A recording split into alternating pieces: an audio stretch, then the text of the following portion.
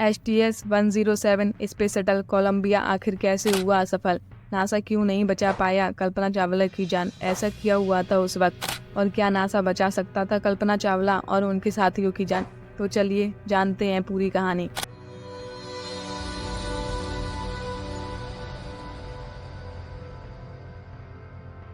कल्पना चावला का जन्म 17 मार्च 1962 को हुआ और वे हरियाणा के करनाल जिले में पैदा हुई। उन्होंने अपनी पढ़ाई टैगोर बाल निकेतन स्कूल से कंप्लीट की। फिर वे पंजाब इंजीनियरिंग कॉलेज से एरोनॉटिकल इंजीनियरिंग की डिग्री ली। उसके बाद टेक्सास जाकर अपनी एरोनॉटिकल इंजीनियरिंग में मास्टर कंप्लीट की।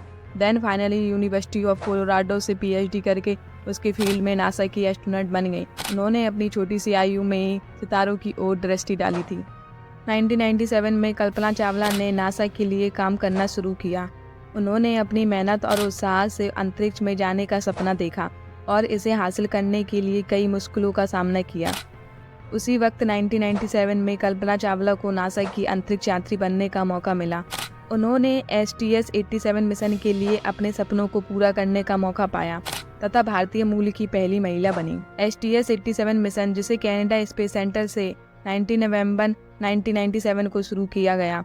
इस मिशन में कल्पना चावला ने पृथ्वी के चारों ओर 10 मिलियन किलोमीटर यानी 252 बार यात्रा की। अंतरिक्ष में 376 घंटे यानी 15 दिन और 16 घंटे से अधिक समय बिताया।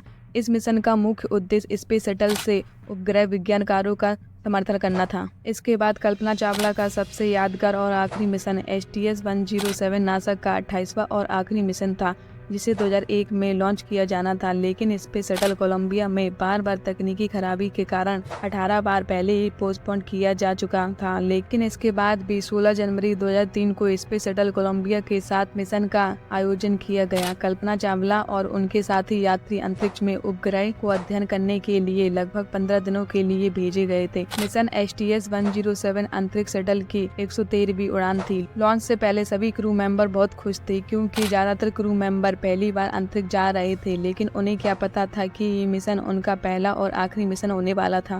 लॉन्च के दौरान इंसुलेटिंग फोम का एक टुकड़ा स्पेस शटल के बाहरी टैंक से टूटकर ऑर्बिटर के बाएं विंग पर थर्मल प्रोटेक्शन सिस्टम टाइल से टकरा गया। इससे पिछले स्पेस शटल लॉन्च के दौरान भी इसी तरह का फोम गिरा था, जिससे लगभग ना के बराबर डैमेज हुआ था। लेकिन इस बार स्पेस शटल कोलंबिया में लगभग 10 इंच का गड्ढा हो गया था। उस वक्त कुछ इंजीनियरों को भी शक था कि स्पेस शटल को अधिक गंभीर नुकसान हुआ है, लेकिन नासा ने जांच को बंद कर दिया, यह बोलते हुए कि यदि इसकी जांच हो गई होती तो भी चालक दल समस्या को ठीक नहीं कर सकता था। और इस बात को नासा ने ज्यादा गंभीरता से भी नहीं लिया। जब स्पेस शटल कोलंबिया अंतरिक्ष में 15 दिन 22 घंटे बिताने के बाद भूमि की ओर वापस लौट रहा था, तब उस 10 इंच के गड्ढे से गर्म वायुमंडलीय गैस स्पेस शटल के अंदर प्रवेश कर गई, जिससे स्पेस शटल के अंदर का ऑक्सीजन लेवल कम होने लगा और सभी क्रू मेंबर बेहोश होने लगे। ये सब यही नहीं रुका।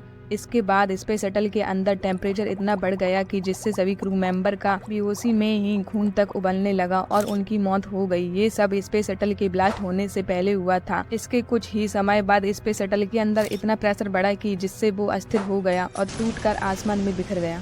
ये घटना हमारे लिए बहुत दुखद थी और हमें इस दुख का सामना करना पड़ा। कल्पना चावला की इस आसमीय मौत ने दुनिया के दिल को छू लिया और उन्हें अमर बना दिया। मिशन के अंत में हुई घटना की ज्यादातर जानकारी ने हमें दिखाया कि अंतरिक्ष यात्रा बेहद कठिन हो सकती है और हमें हमेशा सुरक्षित रहने के लिए सख्त नियमों का पालन करना चाहिए। तो दोस्तों, यही थी कल्पना चावला की STS-107 मिशन की दुखद कहानी, जिसमें उन्होंने अपने सपनों के लिए साहस और मानवता दिखाई थी, लेकिन एक दुखद घटना ने उनकी यात्रा को समाप्त कर दिया। हमें उनके उत्साह और संघर्ष का सम्मान करना चाहिए और उनकी यात्रा को याद करना चाहिए। वीडियो देखने के लिए आपका धन्यवाद। अगली वीडियो में हम फिर मिलेंगे। जय हिंद।